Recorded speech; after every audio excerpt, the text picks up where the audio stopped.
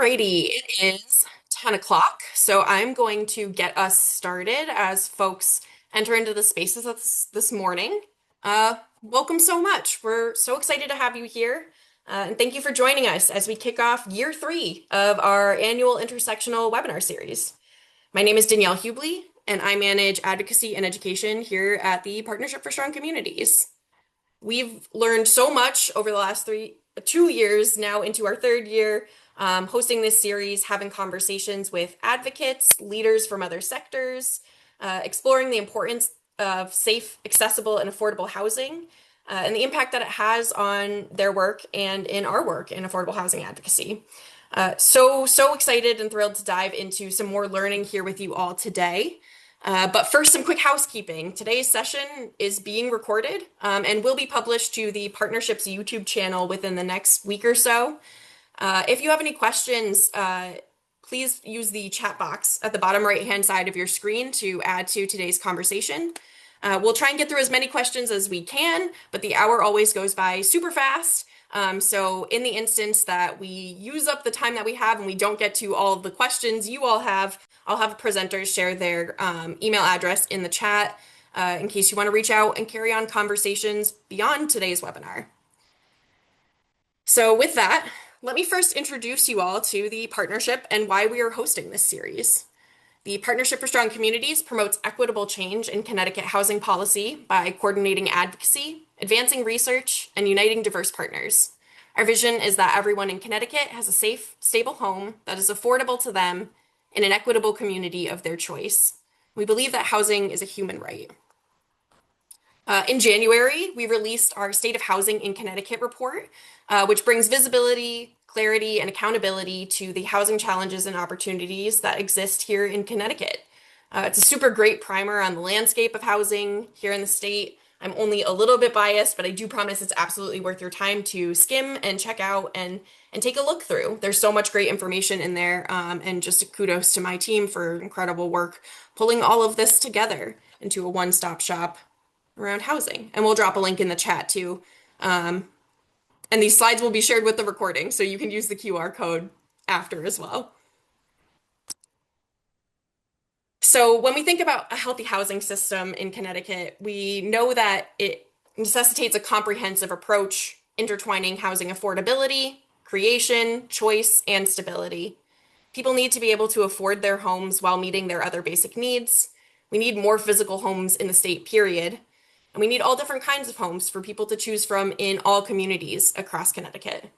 And most importantly, people should have the right to safe, stable homes and to be supported from experiences of housing instability, eviction, and homelessness. So these 4 buckets are how we weave a housing system which prioritizes the needs of residents and supports strong families and strong communities.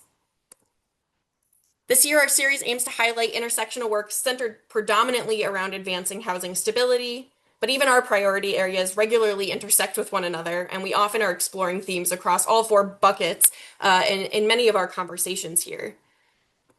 Housing stability is closely linked to outcomes in health, economic security, mobility, child development, and educational attainment. Yet many Connecticut residents experience housing instability, and that manifests through couch surfing, experiences of homelessness, navigating evictions, or foreclosures. These challenges have lasting impacts that go beyond just the immediate loss of shelter and undermine families' ability to regain stability and make it harder for children and adults to thrive. So what do I actually mean when we're talking about intersectionality? Well, intersectionality refers to the interconnected way social categories such as race, gender, class, physical ability shape the experiences and opportunities that people have throughout their lives. These personal intersections are also often reflected in the systems which surround and support us, particularly when it comes to the homes that we live and grow in. Housing isn't just a product that can be bought or sold. It is the foundation of our livelihoods and means so much more than just having a roof over our head.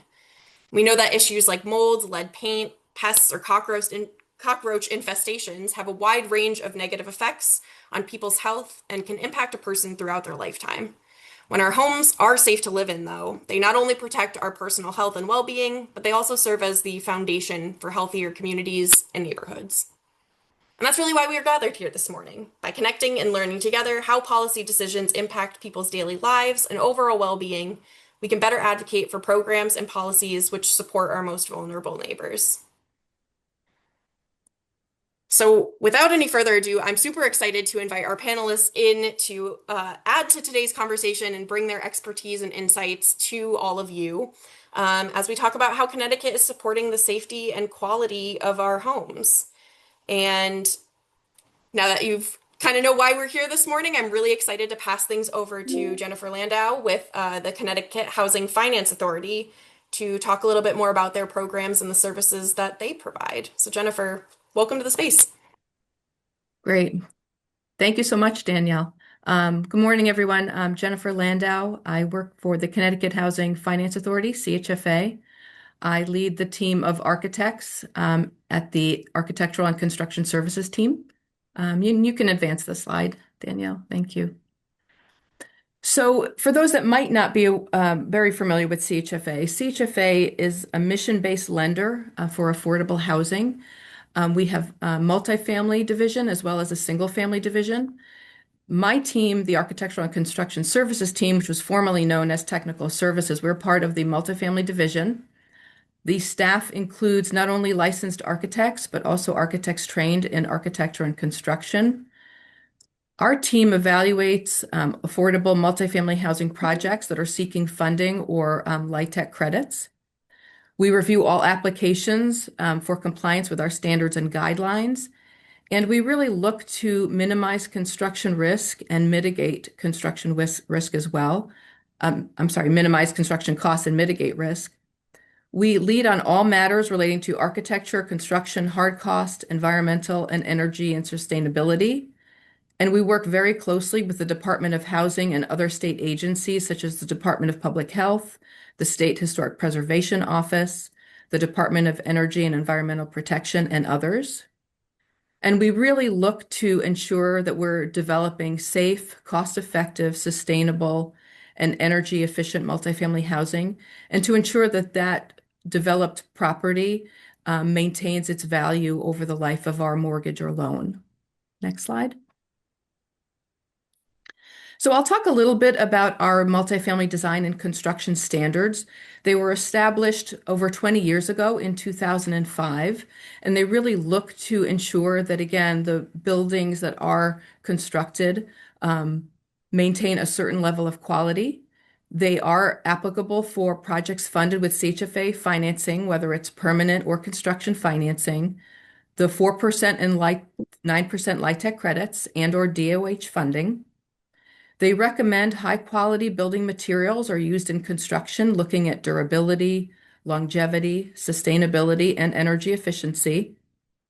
They're flexible, given the project scope, budget, and project constraints, because we have projects that come into us with all levels, whether it's new construction, we have adaptive reuse projects, minor or moderate rehab. So we need to ensure that our standards are flexible, given all of those different project scopes and budgets. The design standards are updated and published annually, and we do have guidelines relating to construction cost, environmental and hazardous materials, energy conservation and sustainability.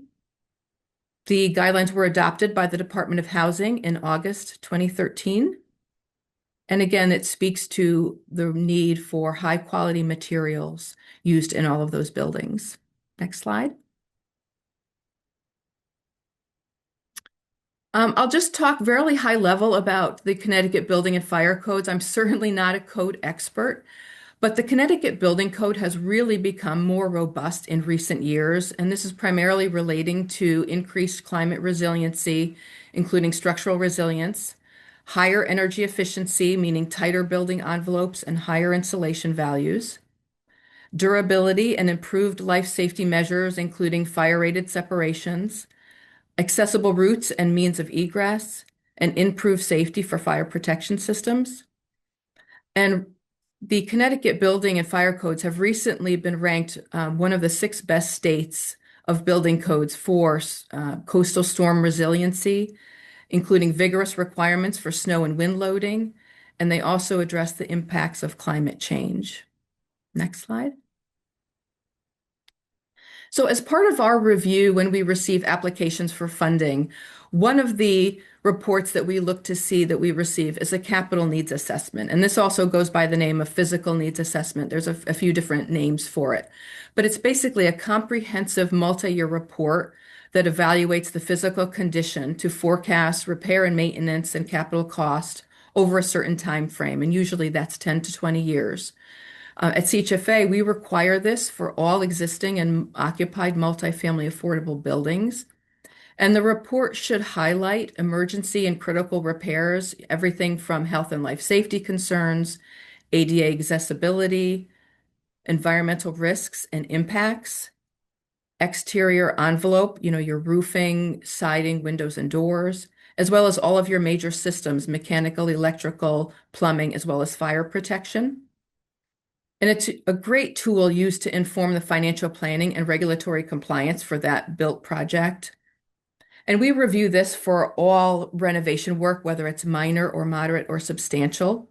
If we do receive a project that's going to be a gut rehab, we would be looking for a structural assessment, since a gut rehab is a project that plans to demolish all of the interior of that project down to the studs, and what remains is the structure. So we need to be assured that that structural um, and all those structural members of that building can support the proposed design for that gut rehab project. For new construction, we require geotechnical reports and soil borings to ensure that the soil does have the structural capacity to support that new construction. Next slide. One of the most important things that we review for in architectural construction services are the environmental and hazardous materials reports. This really uncovers any environmental concerns relating to site, soil, groundwater, or all of these various hazardous materials that you see listed here. So to talk a little bit about a phase 1, 2, and 3 environmental site assessment, the phase 1 really focuses on the site itself relating to soil and groundwater. The phase 1 will research that specific site back many years, sometimes back to the 1800s, to understand the historic use of that site. Was it used for agriculture? Was it used in recent years for a dry cleaner or an auto body shop? All of that information and that history relating to that site will inform whether that potential site could have some contamination, whether it's soil or groundwater or even underground storage tanks. So if the phase 1 does uncover the potential for contamination, we would require what's called a phase 2. So the phase 2 environmental site assessment really does more investigation of that site with soil samples, water samples, to understand if there is contamination at that site, and if so, what is the type of contamination existing at that site. If the phase 2 confirms that there is environmental contamination, a phase 3 would be then required. And the phase 3 environmental site assessment really looks to understand the full breadth and depth of that contamination at the site. If soil is contaminated, we want to understand how much potential tonnage of soil is impacted. If it's a water contamination, we want to understand more about the understanding of how widespread that is across the site. So those 3 reports are really used in conjunction to really understand that site and the potential contamination at that site. If we have an existing building, we want to receive the existing building hazardous materials survey. So that survey will look at that existing building that's on the site and look for all of these potential contaminants. And it really depends on the age of the building. If the building was constructed in the late 1800s, early 1900s, all the way through the 1970s, and even into the early 1980s, asbestos, lead-based paint, lead in water, lead in soil, PCBs, all of those items could potentially be in that building. So we really want to understand what is present in that building. If lead-based paint, for example, is found on the exterior of the building, we will require lead and soil testing to understand again if there is lead in that soil, and if so, the full extent of that soil contamination. PCBs were also used in the 60s and 70s, primarily in window caulking for exterior windows and doors. So again, we would want to understand if PCBs are present. And even with newer buildings that were constructed in the mid 80s to the 90s or 2000s, radon testing is really critical. We want to understand if radon is present. It's a known carcinogen. Um, the EPA has recommended that anything over a 2.7 picocuries per liter is recommended for remediation for radon. Radon can also change over time. So if radon is found, it's always a good idea to test periodically over time because we know that that can change. And we also want to make sure that there's a visual mold survey. So in looking back at the capital needs assessment, if there's any areas of water infiltration that are noted, whether it's from a leaking roof, leaking windows or doors, or even um, uh, water infiltration relating to plumbing in your kitchen or your bathroom. We want to understand that we do a visual mold survey to understand if there is mold in any of those areas where there could be potential water infiltration. One of the last things we also review for are energy and conservation and sustainability measures. So the utility companies, Eversource UI, they have rebates, utility rebates and incentives that they offer.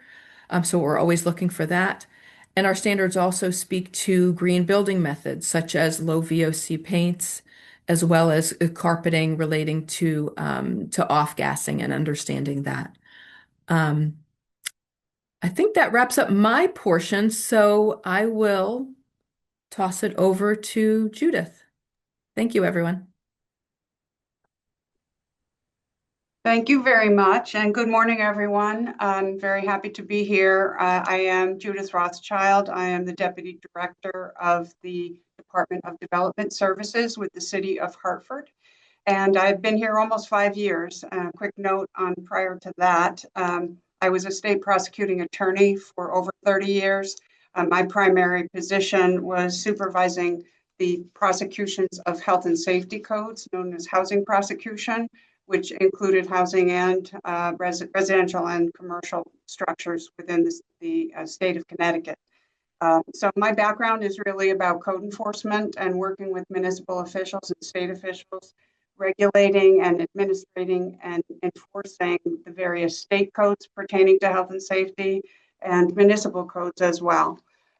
So I'm here to discuss what has been done in the state and also specifically in Hartford in regards to achieving the goals of health and safety, which is, of course, the primary goal. The health and safety of individuals is directly related, as discussed and as understood by, I think, the entire body of this particular presentation and partnerships efforts in general, is understood to be a significant factor in the well-being and outcome of people's lives. Quoting Dr. Megan Sandel, housing is the best medicine for people. Good housing is critical.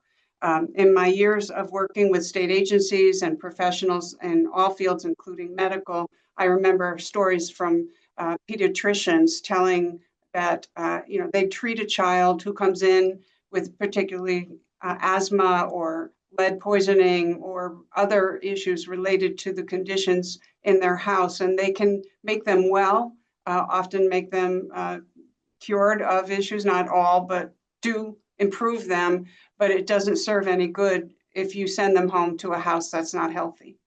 So we all need to work on creating that healthy environment together, and one of the ways that's specifically meant to do that is the municipal and state codes for health and safety. So I'm talking about the fire safety code, the building code, the health code, housing local codes, and even the zoning codes for municipalities, all of which have something to do with creating an environment in and around housing that is safe and in and around commercial buildings as well. In Hartford, we have enforcement of all those codes. Every municipality does, and I think there's a lot of municipalities on this webinar, so I'm happy to share this effort with you. But We have the fire department, but we also have fire marshal's offices in every municipality. And the fire marshal enforces the state fire safety code and fire prevention codes and statutes. There's a building official in every municipality enforcing the building code, state building code. There's a health director or a district health director for every municipality, and that is the public health code and the public health statutes that they enforce. And so those three officials are critical to every municipality, and they actually have obligations and great ability to improve the health and safety where there's violations, which are health and safety related, violation of any municipal or state code, to correct them, to require that they be corrected.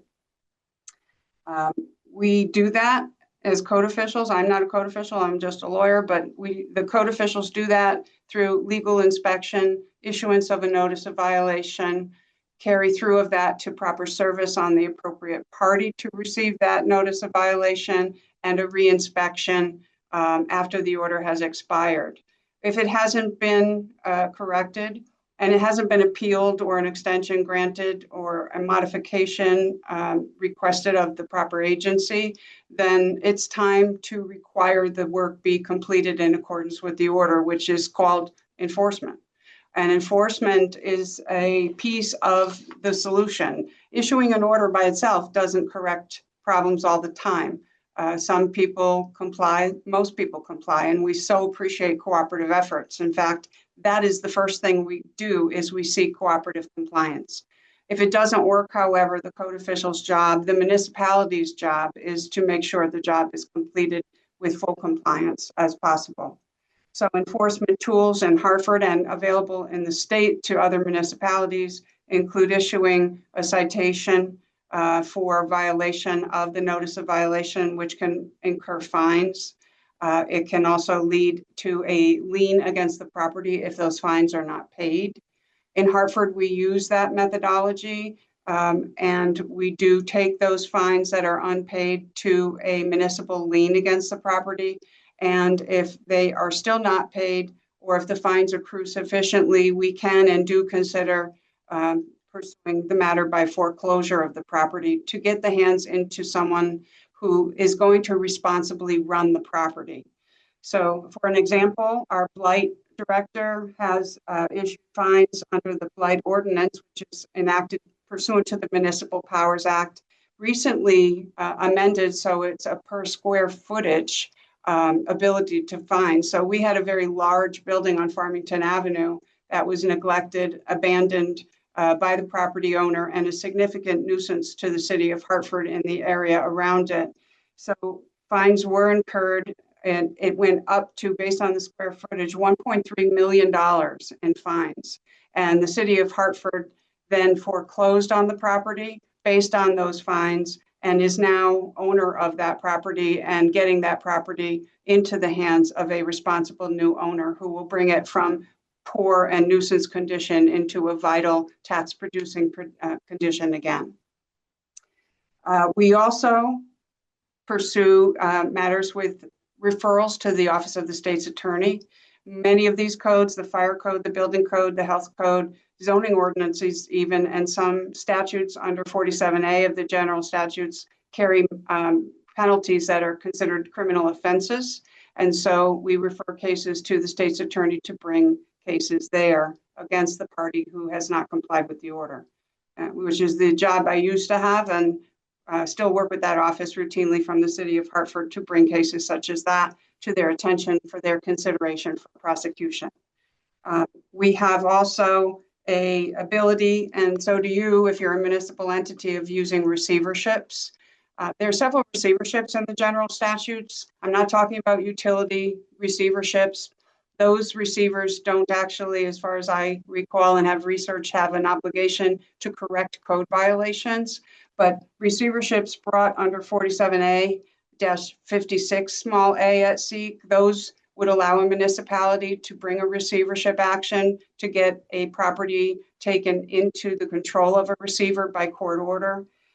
The 8-169 AA receivership that was passed a number of years ago now, that applies to abandoned And blighted buildings allows a receivership to be appointed, which gives the receiver extensive powers, including up to, if necessary, sale of the property to a new party that will put that property back in the proper use and state. So these are excellent remedies available to everyone. And I recommend you look at them, and I'm happy to assist if I can give you any further information on them. One thing I'd like to add about Hartford, we're very proud of our rental licensing program. Instead of waiting for a complaint to come in or for an event to happen that causes injury or illness or property destruction, we have a proactive inspection program, the rental licensing program, that applies to rental buildings, residential only. And it involves a series of inspections by housing code enforcement, building review, planning and zoning review for legality of the unit and the number of the use of the building. It also involves housing code enforcement inspection. And we require many things of the owner of the property, including a lead risk assessment of the property to make sure before people bring in children that it is lead safe. And if not, they have to correct it to make it lead safe to get licensed. We are having great success with our program, and it is working to the extent that our complaints coming into the city through our 311 system have actually reduced over the course of this program running. Happy to discuss that with anybody who's interested in putting together a rental license program. I know other municipalities have some. I think ours is extensive and applies to everything with very few exceptions to city property. Just a couple of challenges I want to mention before I finish. I mentioned receiverships, and they are an excellent avenue to get a property into proper hands. The problem that we've seen in the city of Hartford is the court may appoint a receiver, but having someone or an entity agree to be a receiver is dependent on a willing receiver taking it. And if the property is low income producing or non-income producing, it's difficult. We have found it difficult to find a receiver willing to take on that job and put out of pocket. So there is a receivership loan revolving fund by statute. I'll just reference it quickly for you. It was established many years back, 47 small a-56 small I. Housing Receivership Fund is available for paying the expenses of a receivership, and those expenses can apply if court authorized to repairs of residential property, and it is allowing the municipality up to $10,000 to have a property remediated. So that's help for the municipality to fund the receiver, which once the money is produced back from the property would have to go back into the revolving fund for other uses. But it may be the avenue that municipalities need to use receiverships more regularly. And finally, we have a state building code, health code, fire safety codes. We do not have a state code that applies to existing property. The maintenance of property is where a lot of the problems are in regards to property maintenance. So the enactment of a state property maintenance code would be a challenge that Connecticut should consider. It has considered in the past and perhaps should again. Property maintenance code would potentially apply uniformly throughout the state, so every municipality and every property owner who need to be our partners in gaining compliance with the codes would have the same measure of standards to work with as with the courts. So that's my message for today. I do appreciate your attention on health and safety every day, and thank you. Thank you, Judith. Appreciate all your insights and the expertise you bring to this space. I'm going to kick things over to Liam Brennan out of New Haven to move us forward in our conversation.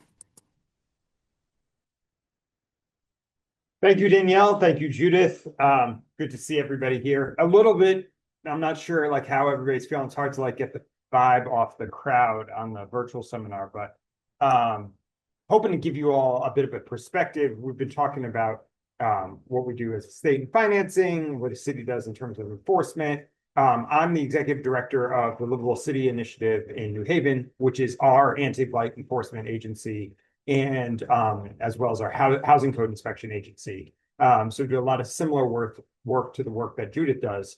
I'm also a former federal prosecutor where I did anti-fraud and public corruption cases. And then I was a legal aid attorney as well, where I did a lot of housing advocacy work, a number of which are kind of butted up with the work that LCI does here in the city of New Haven. And doing this position kind of like fits in like the very rare and small concentric circles that occur between prosecution and legal aid, which for me is like a very, very sweet spot.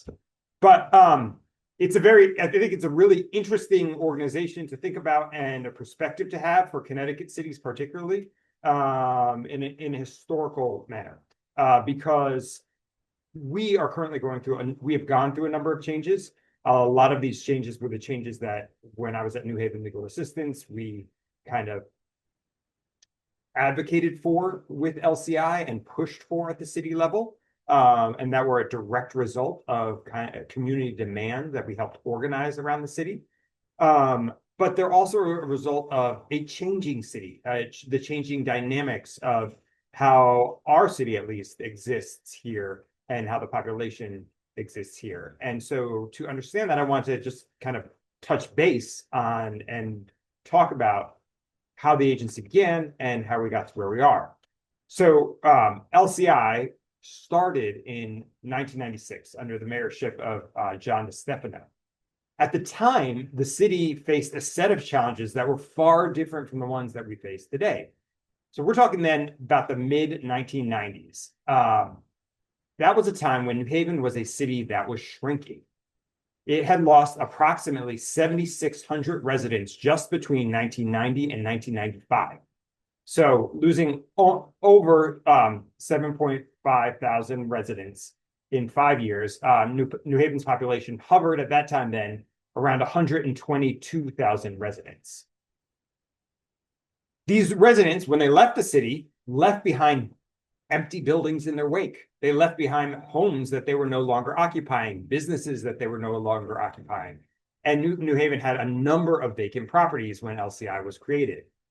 So in 1996 alone, the year after the agency was created, the fire department estimated that there were over 780 vacant buildings scattered throughout the city. And in the first 6 months that LCI existed, the agency demolished approximately 150 properties. So we went around and knocked down 150 properties across the city. What we did then was usually take the lots that these properties were on and divide them up between the neighbors next to them. So let's say there was like a 3-family house that was empty and no one was living there. We can't find the owner. No one's caring for it. It's a blight on the neighborhood. We knock it down, divide that lot, give one half to one side, the neighbor on one side, give the other half to the neighbor on the other side. And then we also had a development arm. So we had a board that kind of parceled out these lots and written into the bylaws of the LCI board was that it was the goal of LCI to de-densify the city. These bylaws even stayed with that language up until very, very recently, because nobody had taken time to really examine that. But that was the official position. And then the official kind of way of doing business, like empty lots then became thought of as places to divide up between the neighbors and give people a bigger lot for the housing that existed there. The housing that, what I'm trying to say is the housing that continued to exist after this like de-densification and flight from the city occurred. So now, almost 30 years later, New Haven is in a completely different place. Our population has not only rebounded from where it was and from the loss of those early 90s, it's growing at a very high pace. We're now up to about over 135,000 people in 2020, more today. Rather than facing the problems of a shrinking city, New Haven is confronting the challenges of a city that is growing amidst a housing market that is not growing with it. so that we're not producing enough homes within the city to keep pace with the residents that we're gaining here. Even though New Haven is going through tremendous amounts of construction, we are constructing at a much higher rate than the state in general, but we're not keeping pace, and the state overall is not keeping pace by any means. So we're also facing a new phenomenon, at least for us, in the changing housing market. In what we see in the data coming from our tax assessor is that over almost one half of the multifamily properties that we've been able to, in our analysis of it, almost one half of the multifamily properties here in New Haven are owned by investors and not by the people who live there. So previously, we'd have a number of these multifamily homes, two-family homes, triple deckers, where you had one family who owned it living in the property. Now there's a lot of outside investment into these properties, and they're owned by conglomerates or people who maybe have never even been here in New Haven. Some of these landlords that I have dealt with have never even stepped foot in the city itself. So from the get-go, LCI had a role as the anti-blight enforcement agency. So we would, when there were blighted properties, we would issue notices of violation, like Judith explained. And then if they didn't repair those properties, we'd issue citations and then eventually bring the whole thing to either demolition or leaning or strict foreclosure and resale, and then move the properties out along the lines that Judith was just explaining. We also had what's called a housing code inspection side as well, where we had inspectors. If you're a resident, if you're a tenant, you call up, you have a problem with your landlord, we go inspect the interior of the apartment or the home, and see that they were keeping up to the housing code that the city has established and the living standards that the city has established. That was originally the secondary role of LCI. And now with the city growing and the rental market growing, that has become kind of our central role. Whereas blight, which still does exist, particularly with a lot of like the absentee owners, though has become a smaller portion of our work in this time. During this evolution over the 30 years, this is an issue that Judith touched upon as well, we did establish a landlord licensing program as well. It was established here in 2006, extremely controversial at the time. Opponents of the landlord licensing program claimed that it was a hidden tax on them. It was a way of this, they claimed that it was a way for the city to get around its requirement that it only tax property by taxing landlord businesses. The city argued that it was a preemptive housing code enforcement mechanism to secure the health and safety standards of existing businesses, and that it was fair to require someone who wanted to operate a residential business to have a license to have such a business. This went all the way to the state Supreme Court. So it went to the trial court, went to the appellate court, got all the way to the state Supreme Court, and the state Supreme Court sided with New Haven and found that it was in the broad strokes of the municipal powers that were granted under the state constitution to secure the life, health, and safety of housing, gave a city the power to create such a licensing program unless the state explicitly prohibited it. So they said, when you have such a broad grant of powers, you say, city, you can establish these standards and protect the health and safety of housing, then they can do anything that is like rationally related to that, unless the state explicitly says they can't. And so that was a really, really powerful ruling for us, and it's helped this idea of residential rental licensing programs expand throughout the city. And so that gives our inspectors the chance in multifamily homes to get into properties before people get in there and make sure that they are up to our housing code standards. Landowners get a 3-year license under our program, and so they have to renew every 3 years. If you are owner occupant of a 2-family or a 3-family home, you are exempt from the licensing requirement. So if you live on the property for a 2 or 3-family home, you just have to show us that you do, and we exempt you from the program. If you have a bigger property, even if you live there, you're considered more of a business actor. Or if you have one of those smaller properties, but you don't live there, you're considered a business actor, and then you are required to get the license. But if you're if you live there in one of the smaller properties, it's seen as like that's primarily your residence, and so you don't have to have this business. The kind of business aspect of it is secondary in nature. So today, what we found is, we have expanded and found this push on housing code to be much more important for our residents, and it's where we get the most volume of our work. What we had noticed when I was at Legal Aid was that we struggled to actually do the enforcement that we were trying to do. So we have implemented a series of changes coming on here. When I came to LCI, we had a threat in our housing code that we could charge a landlord $100 a day if they didn't correct housing code violations, but there was no mechanism to actually enforce that. We didn't call upon the state's power to issue a citation like Judith was talking about. We did for anti-blight cases, and we did for residential landlord licensing cases, but the housing code was antiquated, written at the time of urban renewal. It seemed to imply somebody had to be prosecuted in state court criminally first before they could face one of these fines. And so one of the first things we did here with our update of LCI is rewrite those portions of the housing code to bring them in line with the state citation process, and make them more similar to the anti-blight and residential licensing codes, and then have more enforcement. And that was a big demand from the public that we were trying to meet.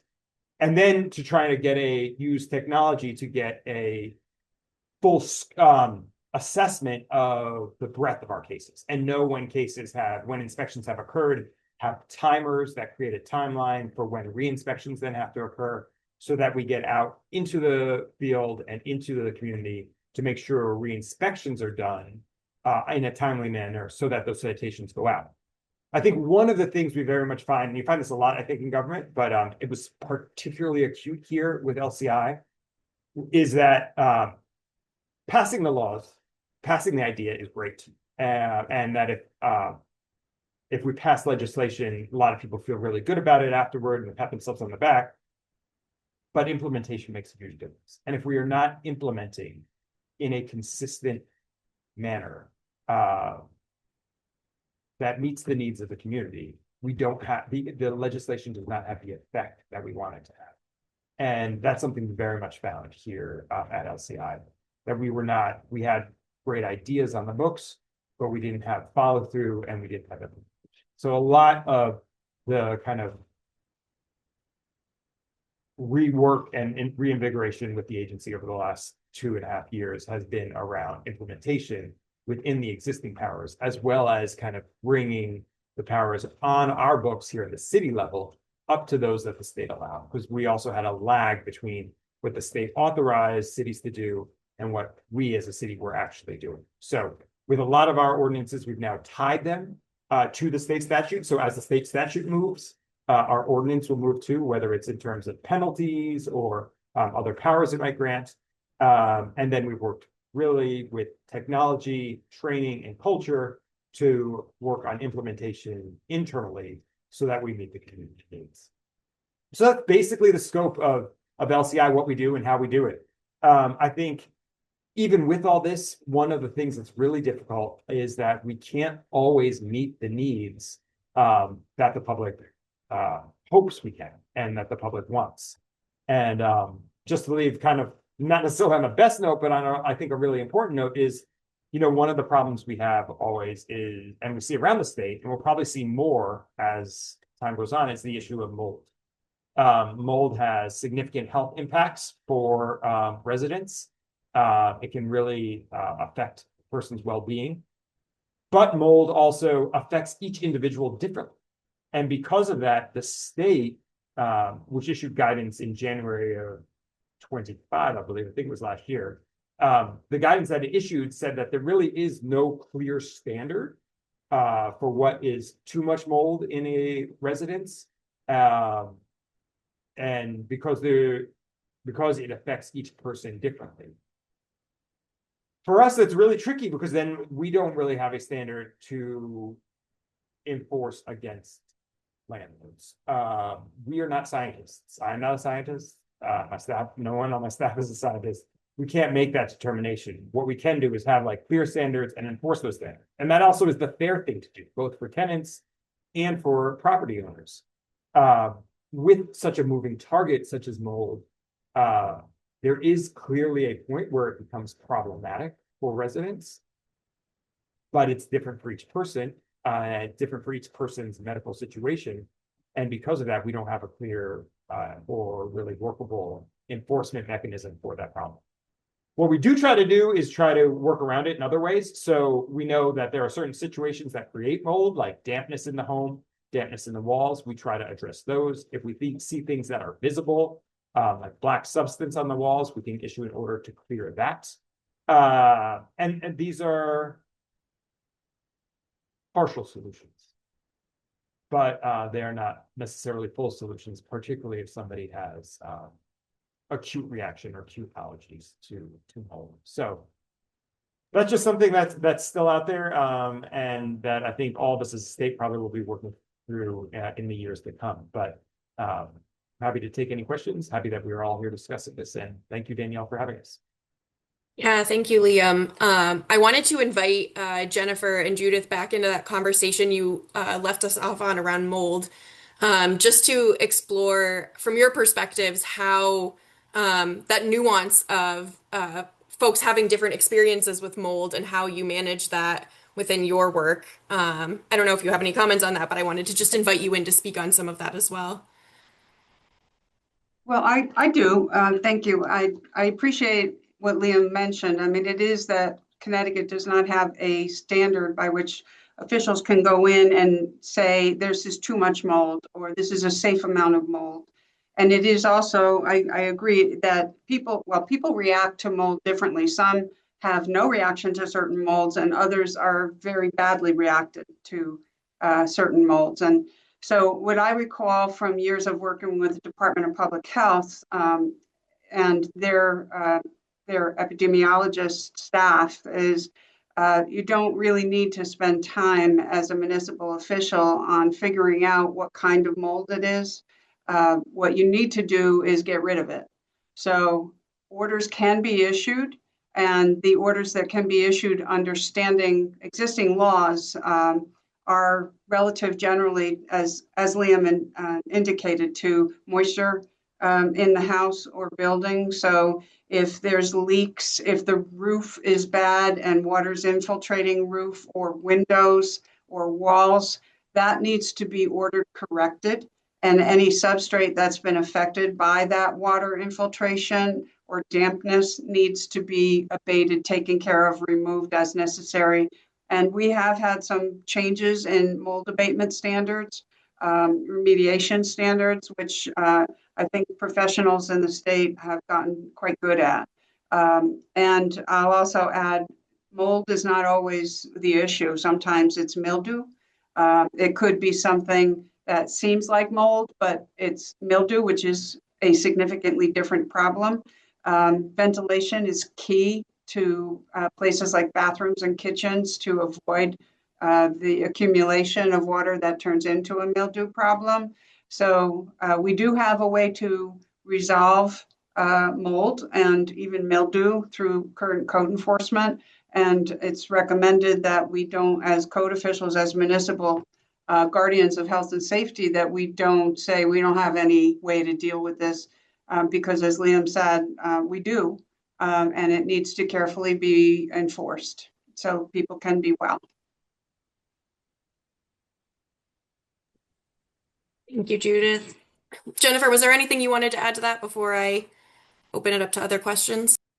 No, I think that's our approach as well. Whatever is uncovered, whether it's mold or radon, lead-based paint, CHFA would require that to be addressed.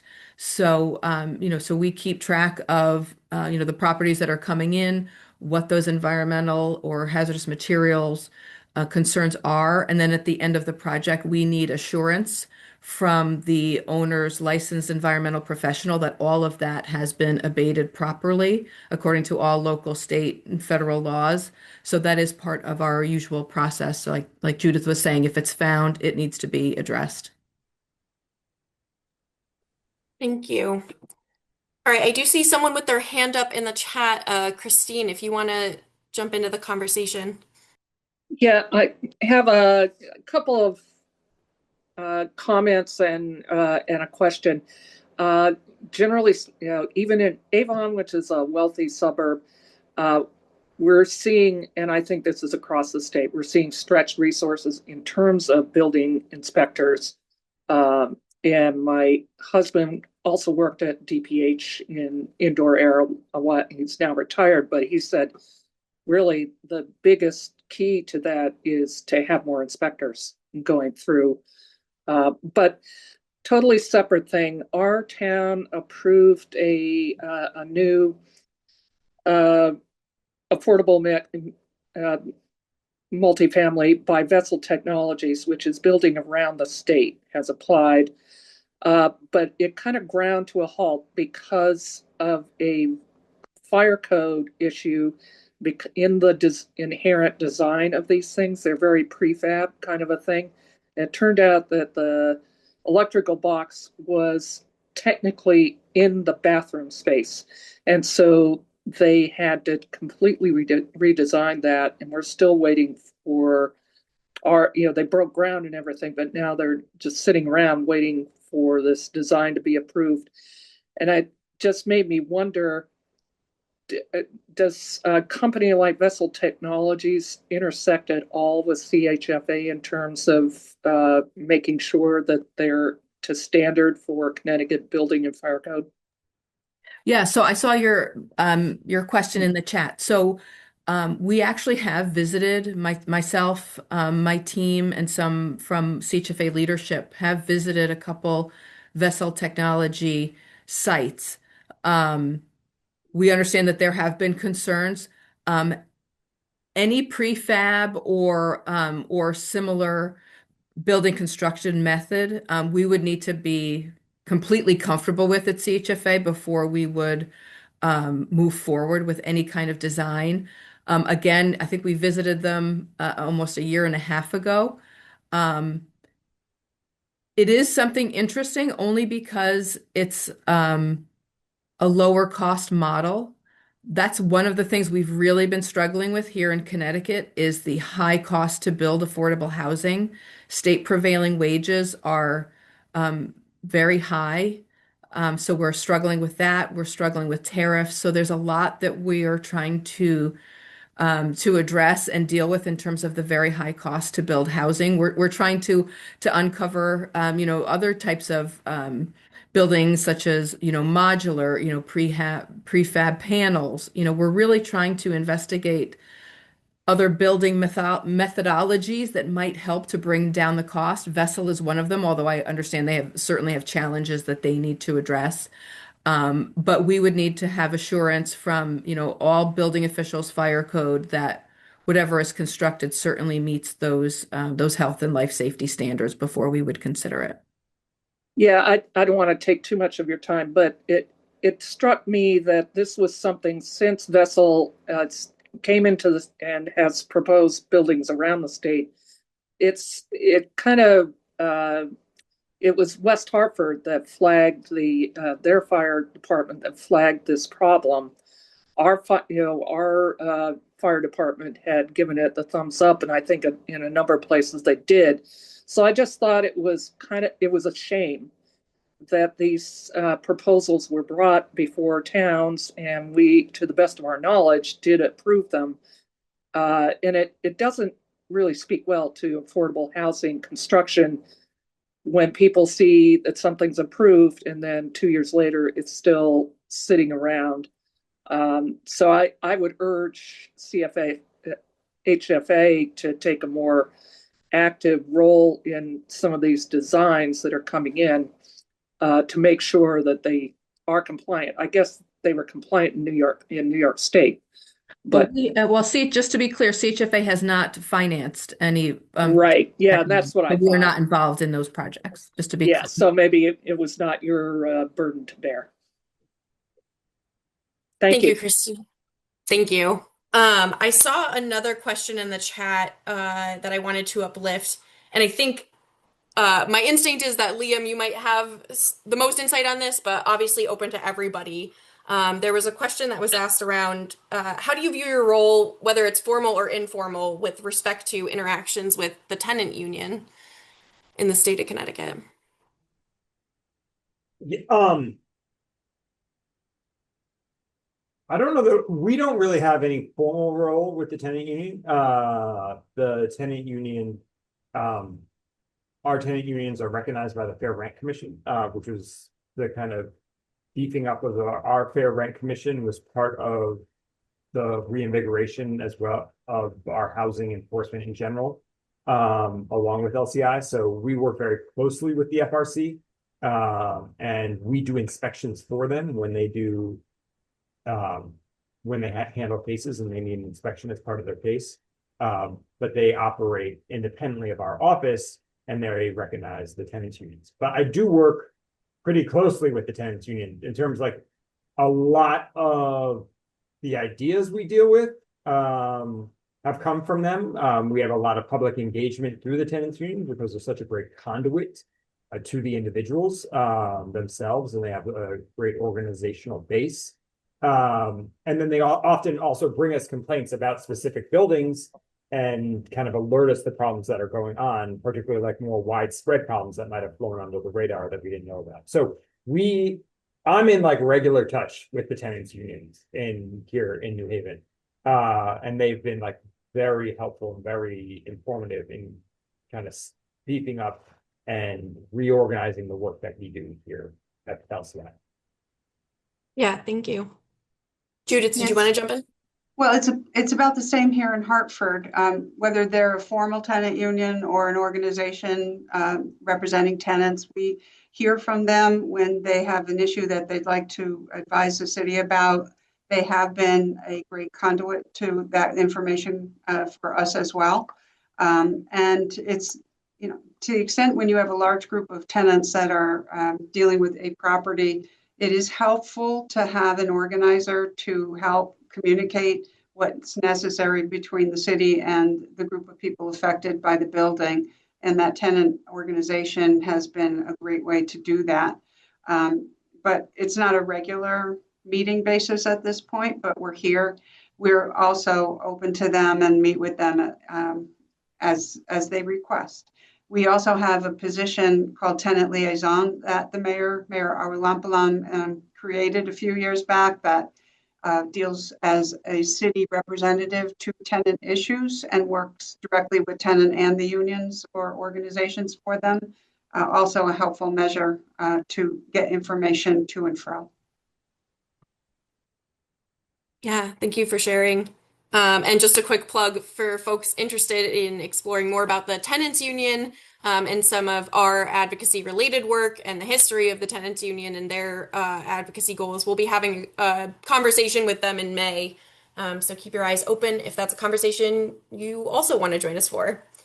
Awesome. I did see a quick question, and I know, Judith, you had dropped a resource in the chat, but somebody had asked about, with regards to mold, if there are any educational materials that are available to distribute to homeowners and other members of the community. I just wanted to uplift that. I don't know if there's other resources, Jennifer, that you have or Liam that you have that you want to share. I can also pull those together and share those out. Along with the recording, and usually we do a blog summarizing some of the conversation we had here. So I'll pause. Not to put you on the spot. If there's any resources that you're like, oh, I want to make sure people are aware of this, feel free to add it into the chat or name it here. But just wanted to uplift that. Thanks, Danielle. Nothing at the moment. Yeah, no worries. I'll take a look too and see if there's anything I can find, but that's a great question. There was also a more specific question asked earlier in the chat, but I think it can kind of be reframed as someone had shared a question about the impact of property taxes on building preservation. And can any of our panelists speak to how they see this challenge impact in their work? I can. Certainly, I appreciate this is Rick Rybeck's question, and I do appreciate it. It is difficult for a property owner of a property that's dilapidated and being taxed at a high rate. Maybe it's come down due to the current dilapidated state, but to put money into the rehabilitation and keep paying taxes is a challenge. And as the rehabilitation gains the value of the property, now you're paying even a higher tax. So where's the incentive to do that? So Hartford does use a tax deferral program. I think it's statutorily available. And what we do is we offer a residential or a commercial property owner this program based on the last assessed value of the property, presumably a lower value of the property. It allows a 0% increase of that amount. So it's a 100% tax increase deferral for a period of 5 years, no increase of taxes. And then for 5 years after that, if the party invests at least 30% for a residential, 40% on a commercial, then it's increased only by 20% until it reaches the full tax increase amount at the 5th year. So substantial tax savings can be gained if someone wants to get into that program with those preconditions. We use it successfully. Thank you, Judith. All right, we are right at time. Thank you all for joining us. I'm going to send, once we have the recording ready to share, I'll send that out to folks with a link to a very brief survey to help inform this series. If there's topics you want to hear about, if you want to let us know how we can improve upon the series, we'll share that with you all. And yeah, just so grateful to have you here. Thank you to all of our incredible presenters. So thankful for your time and your insights, and looking forward to more learning and work together.